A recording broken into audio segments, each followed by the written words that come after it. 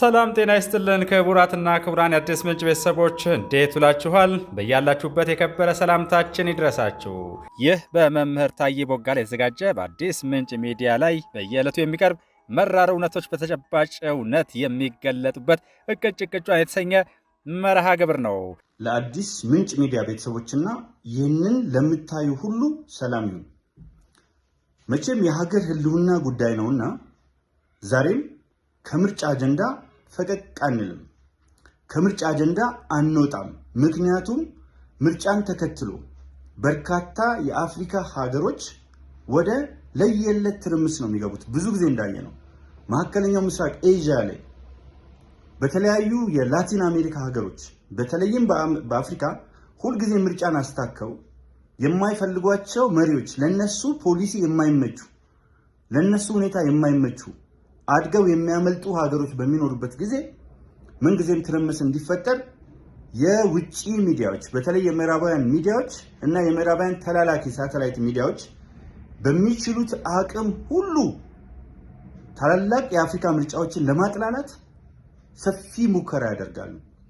አንደኛው ሴናሪዮ ይሄኛው ነው። ሁለተኛው ኢትዮጵያዊ ሆነው ትውልደ ኢትዮጵያዊ ሆነው በተለያዩ ሀገሮች ውስጥ የሚኖሩ እና የነዚህን አጀንዳዎች በቀጥታ የሚቀበሉና አንድም የገንዘብ ጉዳይ አንድም የስልጣን ቀቢጸ ተስፋ አንድም ሀገር የማተራመስ አጠቃላይ አጀንዳቸውና ጥላቻቸው ተደምሮ የራሳችን ሀገር ትውልደ ኢትዮጵያዊ ነገር ግን ዜግነታቸው ሌሎች የሆኑ ኢትዮጵያን ከመበጥበጥ ወደኋላ እንደማይሉ ሳይታለም የተፈታ ነው። ለመሆኑ የምርጫው እውነታ ምንድነው? የተለያዩ አይነት የሚዲያ አውታሮችን ስትከፍቱ የምታገኟቸው ድምጾች ፍትሃዊም አሉ፣ ፍትሃዊም ያልሆኑ ድምጾች አሉ። ፍትሃዊ ድምጾች እውነታውን በትክክል አንጸባርቀው በማሳየት የኢትዮጵያን ሕዝብ ፍላጎት የሚያሳዩ ናቸው። የጥቂት ጎጠኞችን ፍላጎት አይደለም። በዓለም አቀፍ ደረጃ ያሉ ጸረ ኢትዮጵያ ኃይሎችን ፍላጎት አይደለም። የኢትዮጵያን ሕዝብ ፍላጎት በትክክል የታየውን ፍላጎት የሚያንጸባርቁ መኖራቸው አለ የሚባል አይደለም። መጀመሪያ ትንሽ ስታቲስቲካዊ ዳታዎች ወደ እናንተ መረጃዎች ላቅርብና በእነዚህ መረጃዎች ላይ ተመስርተን የተዘገቡ ዘገባዎችን ደግሞ እንመልከታቸው። አንደኛው በሀገራችን ውስጥ አጠቃላይ እንደ ምርጫ ቦርድ ለዚህ ትልቅ ስልጣን እንደተሰጠው ዘገባ 51026 የምርጫ ጣቢያዎች እደግመዋለሁ 51026 የምርጫ ጣቢያዎች ተከፍተዋል። ከነዚህ የምርጫ ጣቢያዎች ውስጥ ድምጽ የተሰጠባቸው 99.72% ናቸው። በደንብ አድርጋችሁ ያዙት ይሄን ቁጥር 99.72% ማለት ከስኬት በላይ ነው። ኮንግራቹሌሽንስ ኢትዮጵያ መርጣለች። ምርጫ ያልተካሄደባቸው ደግሞ 0.28% ብቻ ናቸው። 0.28%። እንግዲህ መጀመሪያ ይባል ከነበረው አንጻር በደንብ አድርጋችሁ ተመልከቱ። መጀመሪያ ይነሳ ከነበረው አንጻር ብዙ ነገር ነው የተወራው። ግማሽ የሚሆነው ኦሮሚያ፣ ግማሽ የሚሆነው አማራ አይመርጥም ክልል። አብዛኞቹ ወረዳዎችና ቀበሌዎች ተቆጣጥረናል አስቀድመን። እዚህ አካባቢ ብልጽግና ድርሽ ሊል አይችልም፣ መንግስት ድርሽ ሊል አይችልም፣ የጸጥታ ኃይሎች ድርሽ ሊል አይችልም። እነዚህ ገጠሮችና ወረዳዎች የኛ ናቸው፣ ቀበሌዎች፣ ወረዳዎች የምንቆጣጠረው እኛ ነን አሉ። መልካም እንግዲህ 143 ይመስሉኛል ምርጫ ጣቢያ ያልተካሄደባቸው 143 ማለት እኮ በአንድ ትንሽ ቦታ ላይ 3-4 የምርጫ ጣቢያዎች ሊኖሩ ይችላሉ። ስለዚህ ኢትዮጵያን ከሚያክል የቆዳ ስፋት 0.28% ብቻ ምርጫ ሊካሄድ ከሚገባበት ቦታ አልተካሄደም። ትግራይን ተተነ ኤክስክሉድ አድርገን ማለት ነው። እና ይሄ ማለት በዛ ላይ እንዴት ወጥተው መረጡ ሰዎች? በኢትዮጵያ ታሪክ ውስጥ ለመጀመሪያ ጊዜ ከምጥ በላይ የሚያስፈራ ነገር የለም። የኪሊማንጃሮን ተራራ የመውጣት ያህል ጭንቀት ያለበት ለእናቶች እስከ ሞት የሚያደርስ ከባድ የሆነ ጭንቀት ምጥ ነው። እኔ መርጬ ሄጄንም ወልደው ብላ ምጥ ይዟት የሄደች እና የተገላገለች እህት አለች። በኢትዮጵያ ታሪክ ውስጥ አስከሬን ቤት ውስጥ አስቀምጦ 7 ቤተሰብ ወጥቶ መምረጥ ማለት እኛም የምኖረው መቅበርም የቻልነው ሀገር ሰላም ስላገኘች ነው።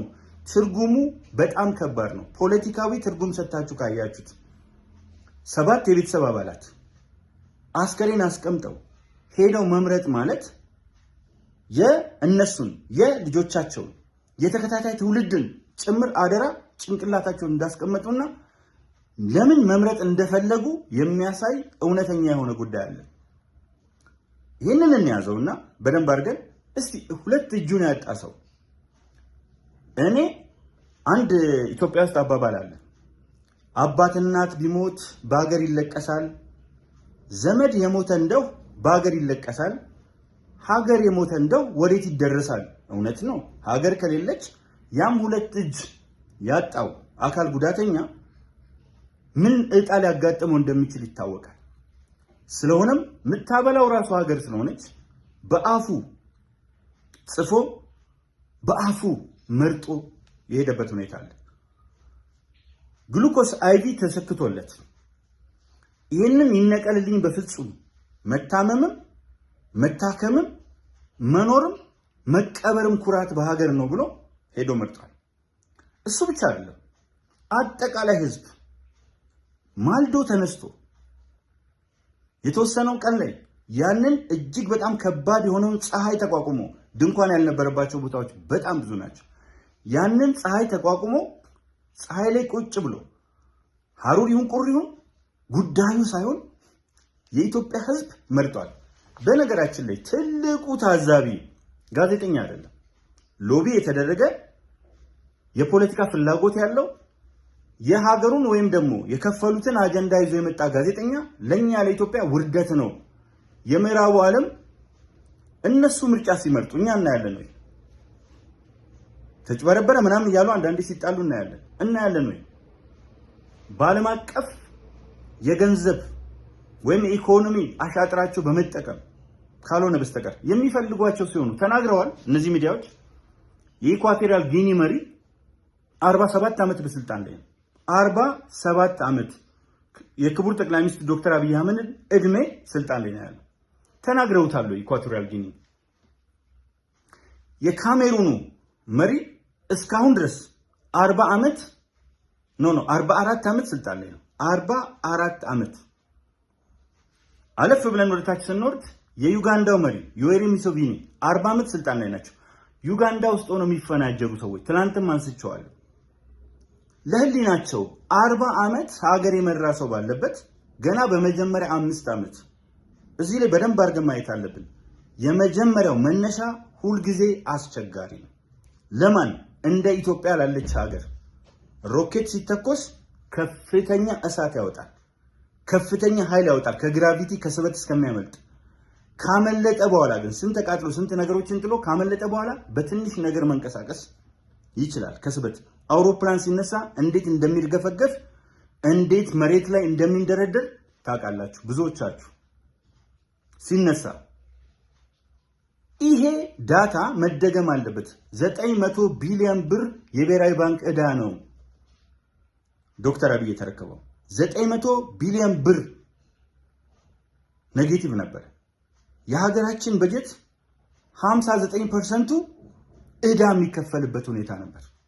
እጅግ በርካታ የፖለቲካ ፓርቲዎችን ነው የተረከበው።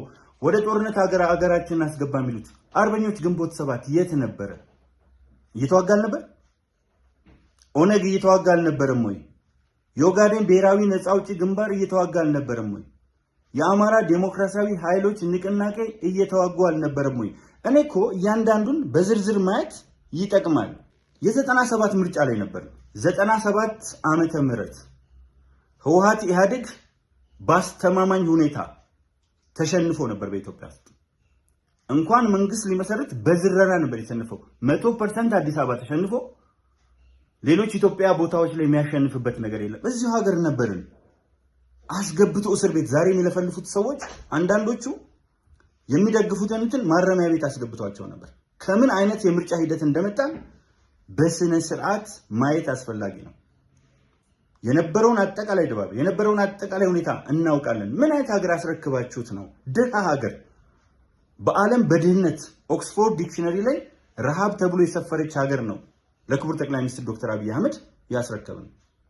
ለአመራሩ ለብልጽግና አመራር ያስረከብነው ተጻራሪ ፍላጎቶች ያሉበት ዘላለም ስምምነት የሌለ ሀገር ነው። ይሄ ሰው እኮ ኦነጎችን ጫካ ገብታችሁ ጫካ ውስጥ ሆናችሁ ከምትታገሉ ካሁን በኋላ መሸናነፍ የምንችለው ሐሳባችን ለህዝብ ሲጠን ህዝብ በገዛን ልክ ነው ብሎ ኦነጎችን አምጥቶ አማካሪ አድርጓል። ማን ነው ከክቡር ሌንጮ ለታ በላይ ኦነግ ነኝ ብሎ ማውራት የሚችል? ማን ነው ከክቡር አምባሳደር ዶክተር ሌንጮ ባቲ በላይ ኦነግ ነኝ ብሎ የሚናገር? ማን ነው ከክቡር ቀጀላ መርዳሳ በላይ ኦነግ ነኝ ብሎ የሚናገር? ማን ነው ከነጃል ሰኝ በሰላማዊ መንገድ እጃቸውን ከሰጡት በላይ ሺህ መዘርዘር ይቻላል ኦነግ ነኝ ብሎ የሚናገር? የዋት ፍጡር የሆነው ሸኔ በሚል ስም የሚንቀሳቀሰው ሽፍታ በምንም ተአምር የኦሮሞን ህዝብ ፍላጎት እንደማይወክል የምታውቁት። ዘመቻው ያለማቋረጥ ኦሮሞማ የሚል ነው፣ የኦሮሞ መንግስት የሚል ነው። እነሱ ደግሞ አንድ ላይ ሆነው ኦሮሞ በታሪክ ውስጥ እንደዚህ ተበድሎ አያውቅም ብለው ነው የሚመጡት። እነዚህ እርስ በርሳቸው የሚጣረሱ ኢሪኮንሲብል የሆኑ ኢንኮምፓቲብል የሆኑ ሀሳቦችን ተሸክመው ነው የተነሱት። ስለዚህ ምን አይነት የፖለቲካ ድባብ ነበር? ኦብነግ ነበር፣ የኦጋዴን ብሔራዊ ነፃ አውጪ ግንባር። የሱን ያህል በኢትዮጵያ ፖለቲካ ውስጥ የታገለ ድርጅት የለም።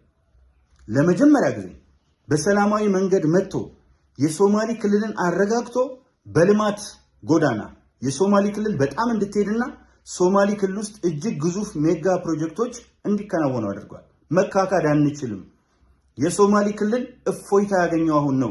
ይህንን ለምንድን ነው የምትክዱት? ስለነ ጀነራል ኳርተር፣ ስለነ ኮሎኔል ገብረዲላ፣ ስለ አብዲ ኢሌ፣ ስለ ኮንትራባንድ፣ ሶማሌን ስለ መዝረፍ ብዙ ነገሮች ማለት ይቻላል። መደጋገም እንዳይሆን ማሰልቸት እንዳይሆን። ጋምቤላ ለመጀመሪያ ጊዜ ሰላም ያገኘው ኢትዮጵያዊ እኮ ነው ጋምቤላ በዚህ ስርዓት። አፋር ሰላም ያገኘው ህወሓት ከወጋችሁ ጊዜ በስተቀር በዚህ ስርዓት ነው። መጀመሪያ ለምንድን ነው የምትሸውዱን? ማንን ነው የምትሸውዱት? ማንን ነው የምትሸውዱት? ይሄ በደንብ በስነ ስርዓት ሊታይ ይችላል። ማንን ነው የምትሸውዱት? ሰላም ያጣነው እኮ በህወሓት ነው። ከደደቢት ከተመሰረተችበት ከ1967 ዓመተ ምህረት ጀምሮ ከፋፋይ በሆነችው ህወሓት አጀንዳ ነው ሰላም ያጣነው። 27 ዓመት ጥፍራችን የተነቀለው የተኮላሸ ነው። ኮዳ የተንጠለጠለብን በብሔረሰብ የተከፋፈል ነው። አሰብን ወደብ የሸጠችው ህዝብን ትምክተኛ ጠባብ የስብና መሸርሸር ያለበት የጎዳና ላይ ነውጠኛ ጃሃዳዊ ሐረካት ኢራቅን እንደ ባግዳድ ወዘተርፈ እያለች ታምሰን የነበረችው ህወሓት ኢህአዴግ ናት። ዛሬ ወደ ስልጣን ልምጣ ብሎ እኔ 27 ዓመት ኖሮ በሰፊው ህዝብ ትግል ከተሽቀነጠረ በኋላ ትግራይ ክልል ላለው ሰላም መታጣትም ሆነ ትግራይ ክልል ላለው ማንኛውም አይነት ችግር በልማት ያለማደግ ተጠያቂው ኤክስክሉሲቭሊ ህወሓት። መንግስት ዜጎች መኖር ስላለባቸው ህወሓት መቀሌ አካባቢ የተፈጠረውን ነገር ታውቃላችሁ። ህዝብ ማለቅ ስለሌለበት ኃላፊነት በተሞላበት ጉዳይ የፕሪቶሪያ ስምምነት የኬንያ ስምምነት አደረገ። ማን ነው የጣሰው? ማን ነው? እነ ክቡር ጀነራል ታደሰ ወረደን አትሆንም ብሎ አንዴ ቁም እስር አንዴ ምን እየተባለ የሚሄደው ማን ነው? እያፈሰ ያለው ወጣቱ ነው። አነሰ ቢባል ከ600 ሺህ በላይ አስጨርሶ ዛሬም የተረፈውን ወጣት ለመማገድ እየጣረ ያለው ሰላም የሚነሳ ማን ነው? አንደኛ። ሁለተኛ ሰላም የሚነሳ ጃውሳው ነው። ለምን ሱዳን ውስጥ ስላለው አይዘግቡልንም? ስለ ራፒድ ሰፖርት ፎርስ ሱዳን እየታመሰች ነው። በጣም ሰፊ ቦታ ትልቅ ከተሞችን ይዟል ራፒድ ሰፖርት ፎርስ። ለምን እሱን አይዘግቡልንም? ሶማሊያ ከጦርነት አባዜ ነፃ ሆና አታውቅም። ሰላም ለማስከበር ሱዳን ውስጥ አለን እኛ። ለምን ደቡብ ሱዳን ስላለው ብጥብጥ አያወሩልንም? ደቡብ ሱዳኑ ሰላም ለማስከበር እኛ አለን። ሶማሊያ ከዚያድ ባሬ ጀምሮ ተገንጥሎ የወጣ ግዛት አለ ሶማሊላንድ የሚባል ኖሚናል የሆነ ኢንዲፔንደንስ ያገኘ ፑንትላንድ የሚባል አለ። ለምን አይናገሩም? ዙሪያችንን እኮ ናቸው። የኬንያን ብጥብጥና ትርምስ ለምን አያወሩልንም? አጀንዳ አድርገው እየተተራመሰች ነው። ወጣቱ እንደ ኬንያ ለምን አልወጣም? ለምን አርሴናልን ደገፈ እያሉን አይደል? ለምን እነዚህን አይናገሯቸውም? ምንድነው ኢትዮጵያ ላይ የሚያንጠለጥላቸው ጉዳይ? እኛ እኮ ሀዳ ሲቄዎች አሉን፣ አባገዳዎች አሉን፣ ኡጋዞች አሉን፣ 7 የሃይማኖት ተቋማት አሉ፣ ብዙ የሃይማኖት አባቶች አሉ፣ ምራቃቸውን የዋጡ ምሁራን አሉ። ኢትዮጵያውያን ለኢትዮጵያውያን መታዘብ እንበቃለን። አሜሪካ ሄዶ ይታዘባለን። ዩናይትድ ኪንግደም ሄዶ ይታዘባለን። ቅድም ያልኳቸው እነ ቻይና የፈረጠሙት ምስራቅ ሀገሮች እንኳን ልታዘብ ዞር ያደርጉሃል? አያደርጉም። ነገር ግን በቅኝ ግዛት አስተሳሰብ የተገዛ ጭንቅላት አባቶቻችን ለቅኝ ግዛት አልተገዙም። ቡራኬ የሚሰጡን ምዕራባውያን ለምንድን ነው ቡራኬ የሚሰጡን? ዓላማው የሽግግር መንግስት የሚለውን ገፍተው መንግስት እዛ ውስጥ የሚገባ ነው። የሽግግር መንግስት ደግሞ ለሀገር ሰላም ስለሚያስገኝ አይደለም፣ ይበልጡኑ ወደ ትርምስ ስለሚያስገባ። አንድ ቦታ አይደለም፣ ሶማሌ ክልል በስነ ስርዓት ክቡር ሙስጠፌ ዑመር ተናግረዋል። ህወሓት ተመልሳ የምትመጣ ከሆነ በምንም ተአምር ሶማሌ አይገዛም ብለዋል። ያውቃሉ፣ የደረሰባቸውን ግፍ ያውቃሉ። በቂ ኃይል አለ ሶማሌ፣ በቂ ኃይል አለ። በምንም ተአምር አልገዛም ይላል። ህወሓትና የሽግግር የሚባለው አጀንዳ ቢመጣ እርግጠኛ ሁኝ የምነግራችሁ እኔ ጭምር የኦሮሚያ ሪፐብሊክ በአስቸኳይ መቋቋም አለበት ነው ምለው። አይሆንም እንጂ አይሳካም እንጂ በዛ አይነት ሁኔታ ውስጥ ቢመጣ፣ በዛ ቀመርና ቁማር ቢመጣ ኦሮሚያ ሪፐብሊክ ለዘመናት ትግል ምንድነው መራራ ትግል የተካሄደበት ኦሮሞ የመገንጠል ፍላጎት የለውም። ነገር ግን ከእንዲህ አይነት ምቀኞች ጋር ከመኖር የኦሮሚያ ሪፐብሊክን በሚገባ ቀነቀናል። የኦሮሚያ ሪፐብሊክ ሶማሊ ክቡር ሙስጠፌ ዑመር የሶማሊ ክልል ፕሬዝዳንት፣ ሶማሌ አይባልም፣ ሶማሊ ክልል ፕሬዝዳንት በይፋ እንደተናገሩት ሀረሪ አይኖርም። በዚህ አይነት ቤንሻንጉል ጉሙዝ፣ ጋምቤላ በተአምር አይኖርም። መልሶ ሊረገጥ መልሶ መሬቱ ሊያዝ አፋር አይኖርም በተአምር። ሌላ ሪፐብሊክ ይቋቋማል። አስፈላጊ ከሆነ ኦሮሚያ ሪፐብሊክ አይደለም ኩሽ ሪፐብሊክ ሊቋቋም ይችላል። መንጥረን ማውጣት ካቃተን እንዲህ ባልል ደስ ይለኝ ነበር፣ እንደዚህ ባልል ደስ ይለኝ ነበር። ግን የሚፈጠረው ሪያሊቲ እሱ ነው። ከድጡ ድጥ ከሆነ አሁን ሰሜን ላይ ያለው ብቻ ምዕራብ ላይ አይደለም፣ ምስራቅ ላይ አይደለም፣ ደቡብ ላይ አይደለም፣ አዲስ አበባ ላይ ክልል የሚያክል ህዝብ አለ። እዚህ አይደለም ሰሜን አካባቢ ላይ ሆነ ተብሎ በእቅድ እኛ የማንመራት ኢትዮጵያ በሚል ስሜት ከተነሳ whether you believe or not የሚከተለው ነገር ሌላ ነው የሚሆነው። ምክንያቱም ሸኔኔን ብሎ የሚንቀሳቀሰው ቡድን በምንም ተአምር ኦሮሞ አይደለም። በአሁኑ ሰዓት ኦሮሞ በራሱ ልጆች ይተዳደራል። ለመጀመሪያ ጊዜ ያለ ቀኝ ግዛት ያለ ጃዙር ቅኝ አገዛዝ በራሱ የሚተዳደረው ዛሬ ነው። በቋንቋው መማር የጀመረው ዛሬ ነው። ኢሬቻውን ያከበረው 800 ከሚገደልበት ወጥቶ ዛሬ ነው ኢሬቻውን ያከበረው። 800 ነበር የሚገደለው። ሰቆቃ ነበር። እየተሸማቀቀ ነበር የሚኖረው። ቀና ብሎ እኩል መሄድ የቻለበት ጊዜ አሁን ነው። በልጦ አይደለም፣ በልጦም አይፈልግም። በቁመቱ ልክ የኦሮሞ መብት የተከበረው ዛሬ ነው። ሲሳደቡ ከነበሩ ሰዎች ጋር አብሮ አይኖርም። ያለ አባቱ ከብት ከመጠበቅ ወጥቶ ካሉት ጋር ኦሮሞን አንበርክከን አባታችን ምኒልክ ቤተ መንግስት እንገባለን ካሉት ጋር የሚጋራው ሀገር አይኖርም። ከህዝብ ጋር ነው የሚጋራው። ከክቡሩ የአማራ ህዝብ፣ ከክቡሩ የትግራይ ህዝብ ጋር፣ ከክቡራን የኢትዮጵያ ህዝቦች ጋር የሚጋራው መሬት አለ። የሚጋራው ማንነት አለው። መሬት ብላ አታሳንስ፣ ማንነት አለው። ይህንን ማንነቱን ረግጠህ ግን በቋንቋ አትማርም፣ በቋንቋ አትዳኝም፣ ማንነት አይከበርም። የገዳ ስርዓትህ ስለሱ አንስተህ መማር የለብህም ብለው ገዳ ስርዓትን የሚያጥላሉ ሰዎች ዳግም መልሰው በትናንት ጭቆና ውስጥ እንዲያኖሩት ኦሮሞ የሚፈቅድበት ምንም ነገር የለም። 40% ከበርካታ የኢትዮጵያ ህዝብ ነው። ከበርካታ የአፍሪካ ሀገሮች በቆዳ ስፋትም ሆነ ከጅቡቲ 15 ጊዜ ይበልጣል። በቆዳ ስፋት 15 ጊዜ፣ በህዝብ ብዛት ኢንካልኩሌብል በሆነ ደረጃ ይበልጣል። ስለዚህ ፍርጥርጥ አድርገን ነው መነጋገር ያለብን። ምርጫው ህዝብ በስነ ስርዓት ወጥቶ መርጦ በመሳሪያ አይደል አትመርጥም ያላችሁት? በመሳሪያ ያቺ 0.28% ቢሆንም እኮ በመሳሪያ አስገድዳችሁ ነው አትመርጥም ያላችሁት። ገላችሁ አትመርጥም። እኛንን የምናውቅልህ ዛሬም አልተዋችሁም። ይሄን የመካከለኛው ዘመን አስተሳሰብ እኛንን የምናውቅልህ አትመርጥም ብሎ በመሳሪያ መምጣት። ሸኔ እንዳትወስዱት የኦሮሞ ብላችሁ በፍጹም አይደለም። የኦፌኮ ሰውየው የተናገሩት ብቻ ሳይሆን በደንብ ይታወቃል። 6677 የሰፈረ የኦሮምኛን ቋንቋ በሚገባ የለመደ ኃይል ነው። ኦሮሞ አይደለም። የኦሮሞ ስነ ልቦናም የለውም። ሌሎቹ የአማራ ስነ ልቦና፣ የትግራይ ስነ ልቦና አላቸው እያልኩ አይደለም።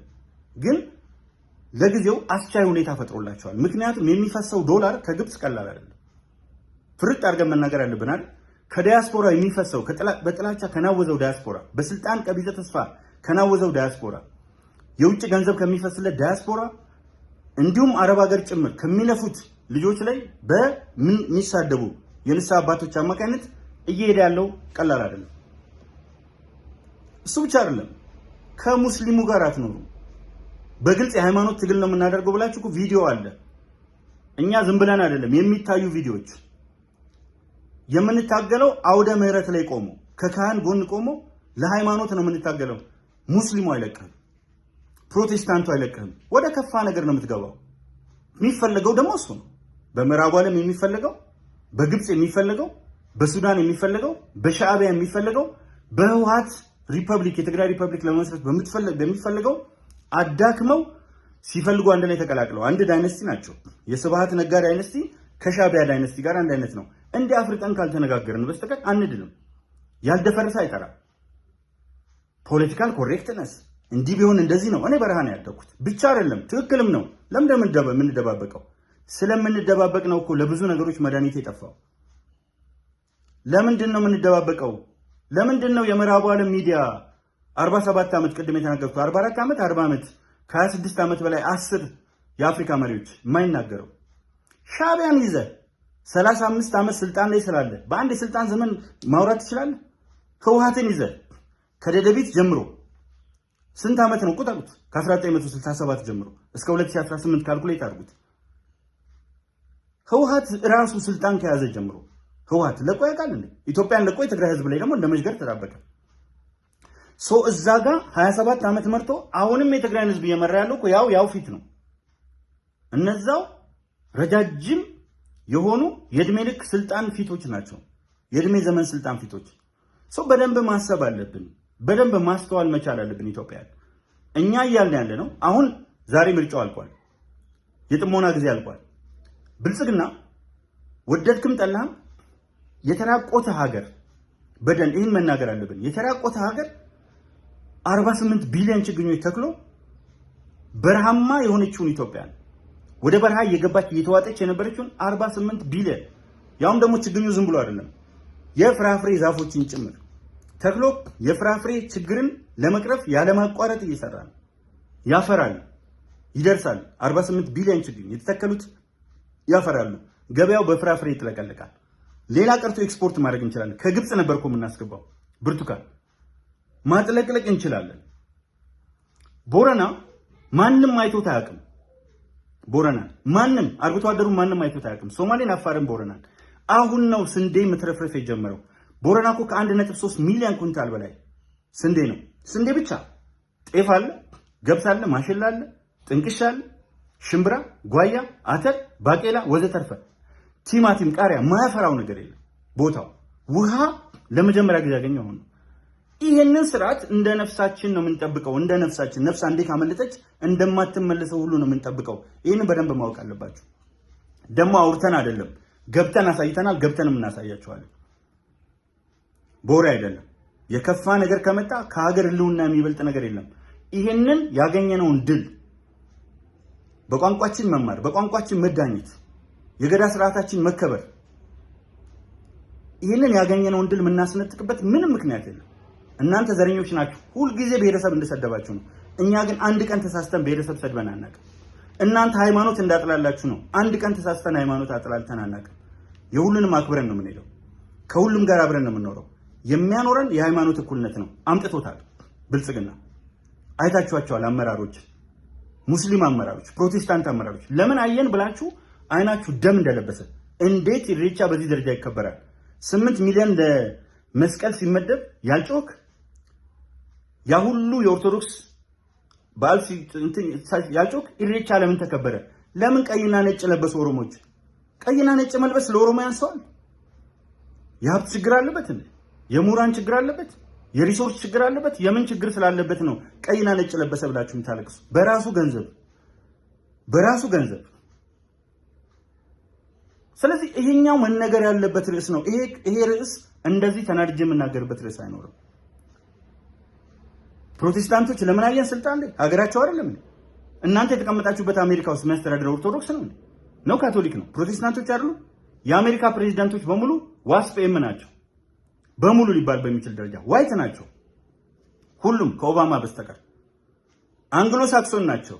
ሁሉም ከኦባማ በስተቀር ሚሊዮነር ናቸው። ሁሉም ወንዶች ናቸው።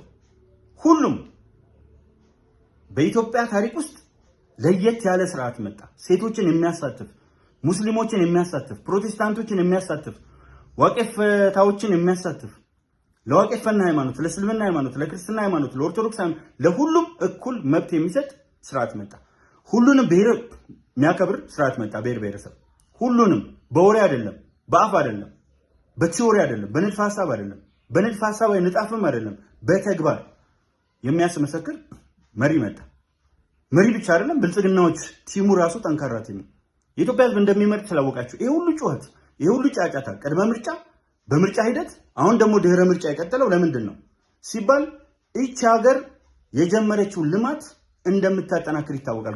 ማነው ማዳበሪያ 100% እንደምታሟላ 1.5 ሚሊዮን ቤቶች እንደምትሰራ 580 ሺህ ቤቶች እንደጨረሰች ትልቅ ከተሞች ወደ 70 የሚሆኑ እንደፈጠረች ሳተላይት ሲቲ እንደፈጠረች በገጠር ከፍተኛ የሆነ እድገት እንዳመጣች ሞዴል የገጠር መኖሪያ መንደሮች፣ ቤቶች ወዘተርፈ።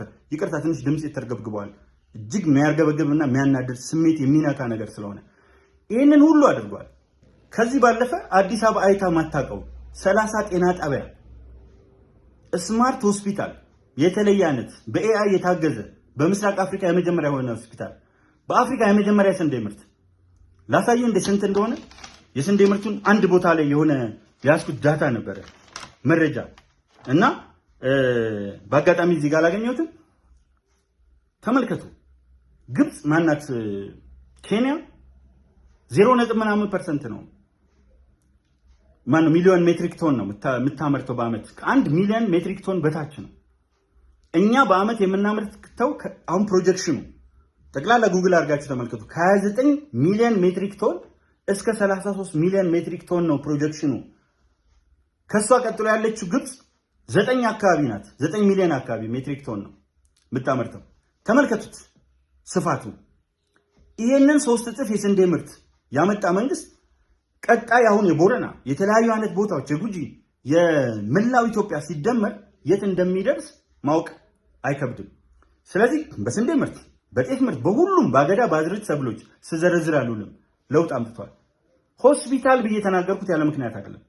ትምህርት ቤት 34,000 ቅድመ መደበኛ ትምህርት ቤት ገንብቷል። ማን ትውልድ እንዲያድግበት 45,000 የስፖርት ማዘውተሪያ ቦታዎች መጥተዋል። አረቄ ላይ፣ አምቡላ ላይ፣ ጠጅ ላይ፣ አሺዶ ቤት ከምትገተር ራስን አምሮን ጤናማ አድርገህ ቀይር ብሎ 45,000 የስፖርት ማዘውተሪያ ቦታዎች።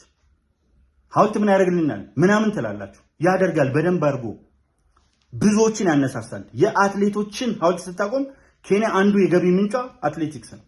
በአትሌቲክስ ብዙ ነገር መጠቀም ይችላል። ቱሪዝምን የትና የት አሳድጎታል። 1.3 ሚሊዮን ሰው በአመት ኢትዮጵያን እየጎበኘ ነው። 200 እነዚህ የተበጠበጠ ምናምን እያሉ የሚለፈልፉበት ቦታ 200 ዓለም አቀፍ ጉባኤ ተካሂደዋል። በእነዚህ 9 ወራት ባለፉት ግንቦት 200 ጉባኤዎች 50 ጉባኤዎች ቡክ ተደርገዋል። በአመት 250 ዓለም አቀፍ ጉባኤዎች። በሚቀጥለው አመት ሲኦፒ 32 ይካሄዳል። 80,000 ሰው የሚገኝበት። ይሄንን ከወዲሁ ለማጨናገፍ ነው ጥረቱ፣ ኢንተረስቱ። ቱሪዝማችን የትና የት አድጓል። አየር መንገዳችን 7 ሚሊዮን ብቻ ሰው ከሚያጓጉዝበት 25 ሚሊዮን ደርሷል። ቢሾፍቱ አሁን እየተሰራ ካለው ጋራ ስንት ይደርሳል? 100 ሚሊዮን። 38 ኪሎ ሜትር መንገድ ከአየር መንገድ እስከዛ 38 ኪሎ ሜትር መንገድ። በፊት ወደ አዳማ ወደ ተለያዩ ቦታ ሄዶ ኤክስፕሬስ ወይ 3 ሌን ነው በዚህ በኩል ያለው LANE 3 ሌን መስመር በዚህ በኩል 3 ሌን መመለሻ። አሁን ግን 6 እጥፍ አድጓል። የእግረኛ መንገዶች፣ ለአይነ ስውራን የተዘጋጁ መንገዶች፣ ለባይስክል የተዘጋጁ መንገዶች፣ የህፃናት አዲስ አበባ ውስጥ ብቻ 1122 ከዛ በላይ ሆነዋል። አሁን የህፃናት ቦታዎች፣ የወጣቶች ማዘውተሪያ ከ122 በላይ አይታችኋል። በየቦታው ላይ መጫወቻ ነበር ችግሩ። እነዚህ ትንንሾቹን ትተን ክፍት የሆኑ ቦታዎችን ትተን ነው። ቤቶች፣ የመኖሪያ ቤቶች፣ ኮንዶሚኒየም በሰፊ ቁጥር ገንብቷል። በተለያየ መንገድ ኮንዶሚኒየም ብቻ አይደለም፣ ሪል ስቴቶች ማመን ከምንችለው በላይ ገንብቷል። በዚህ ባዶ ካዝና የተረከበ ሀገር ውስጥ ሰፊ የሆነ ዕዳ የተረከበ ሀገር ውስጥ ሌሎች በርካታ ደግሞ ፕሮጀክቶች መስራት አለበት። ሃይድሮ ኤሌክትሪክ ፓወሩ የህዳሴው ግድብ እንዴት ነው ሊያልቅ የቻለው? ጠይቅ ጭንቅላትን። ማዕድናችንን አሁን መጠቀም የጀመርነው ኢምፖርት ኤክስፖርት ተናግሬዋለሁ መሰለኝ ከዚህ በፊት 20% ነበረ የሚያድገው በአመት ወደ ውጭ የምንልከው፣ ወደ ውስጥ የምናስገባው 80% ነው። አሁን ግን አብዛኞቹን የምናስገባቸውን ነገሮች ሀገር ውስጥ ማምረት ስንጀምር የታክስ ፔየሮች መንግስታት፣ ሞኖፖሊ ካፒታሊስቶች ኢምፔሪያሊዝም ላይ ደረጃ ላይ ደረሱ። እያንዳንዷን ቀዳዳ በመላው ዓለም አሟጣው መጠቀም ስለሚፈልጉ ሰላማችንን አይፈልጉትም። ለአፍሪካ ተምሳሌት መሆናችንን አይፈልጉትም። ስለዚህ ጎበዝ፣ የምወዳችሁና የማከብራችሁ ኢትዮጵያውያን ወገኖች፣ የምንጮኸው ከኢትዮጵያ ህዝብ ውጪ ምንም ነገር ስለሚኖር አይደለም። ከኢትዮጵያ ህዝብ ውጪ ምንም ማድረግ አይቻልም፣ እናውቃለን። የኢትዮጵያ ህዝብ በአይኑ አይቷል። ማን ነው መጥቶ ከውጪ የሚያይለት? በአይኑ አይቷል። ተሰልፎ እኮ ነው ያየው። ምርጫው ዲሞክራሲ አይደለም ወይ? እነ ኡሁሩ ኬንያታ የኢጋድም የአፍሪካ ህብረትም ወዘተርፈ የሚሰጡት መግለጫዎች አሉ። አፍሪካን ሁልጊዜ ማበላሸት ይፈልጋል። የአፍሪካ ወንድሞቻችን መጥተው አይተውናል። እንደውም ወደፊት ጭራሹን ከምዕራቡ ዓለም ቶታሊ እንደው አንዳንድ ነገሮች ስላሉ ገና ኢኮኖሚክ ኢንዲፔንደንስ ላይ ወደሱ እየተጓዝን ስለሆነ ከሀገር ውስጥ የናጡት ነካሾች የበለጠ እነሱን ስለሚያስታጥቁና የበለጠ ችግር ስለሚፈጥሩ እያስታመመን እንሂድ ጎን ለጎን እናንከስ ብለን ነው እንጂ አፍሪካ በቂ ነው። ያውቃሉ እኮ መጥተው የሚመለከቱ ሰዎች ከአፍሪካ መጥተው ምን ብለው ነው የሚናገሩት? የኢትዮጵያ ምርጫ ከአፍሪካ መጥቶ ወንድሞቻችን ምን ብለው ይናገራሉ? እያንዳንዱን ሀገር ያውቃሉ፣ አፍሪካን ያውቃሉ። ስለዚህ እኔ ከዚህ በላይ አልሄድም። ስላዳመጣችሁኝ በጣም አመሰግናለሁ። በንግግሬ ውስጥ ስሜታዊ ሆኜ ላስገባዋቸው አንዳንድ አገላለጾች ትልቅ ይቅርታ ጠይቃለሁ። ሁልጊዜ ከኢትዮጵያዊነት ፈቀቅና ነቅነቅ አንልም። ብሔርተኝነት ጎሬ ውስጥ አንገባ። ነገር ግን አስገዳጅ ሁኔታ ከመጣ አማራጭ የለም። አብሮ መኖር አስጠልቶ እኛ ስልጣን ይዘን ካልኖርን እነሱ በሚል ያውን ያለው የብልጽግና መንግስት የሁሉም መንግስት ነው። የሁሉም የ80 ማህበረሰብ የሴቶችና የወንዶች የወጣቶች ማከለኛ እድሜ ያላቸው የነ ክቡር አባዱላ ጀነሬሽን የሁሉም ስርዓት ነው። ይህን ስርዓት አፍርሰን የሰሜን ጽምዶ ፈጥረን ልብ አድርጎ የሰሜን ጽምዶ ፈጥረን ከማን ጋር? ከሱዳን፣ ከግብፅ፣ ከሻዕቢያ፣ ከኤርትራ ፈጥረን ገፍተን የህዝብን መንግስት ነን ሌላ አይነት መንግስት እናመጣለን ብሎ የመከፋፈል አጀንዳ ይዞ የሚመጣ ካለ ግን ለመከፋፈልማ እናውቅበታለን። እሱ ከሆነ ወደ ኋላ እንመለሳለን ወደ ታሪካችን። ስለዚህ ተከባብረን በአንድነት በፍቅር እንኖር። አሁንም ትልቅ ይቅርታ ጠይቃለሁ። አላጠፋውም። ይህን ቪዲዮ ይተላለፋል አዲስ ምንጭ ላይ ብቻ። አዲስ ምንጭ ነው ያለሁት። ለጋዜጠኛው ብሸት ታየና ለአዲስ ምንጭ ቤተሰቦች አመሰግናለሁ። ሁላችሁንም ይቅርታ ጠይቃለሁ። ግን ቆም ብላችሁ እንድታስተውሉ 10 ጊዜ ለክተን አንድ ጊዜ እንድንቆርጥ ግን ግልጽ የሆነ መልእክት ያስተላለፍኩ ይመስለኛል። ታየ ቦጋለ አርጋ ኢልመደስ ወዳነኝ ሆራ ቡላ ሌበና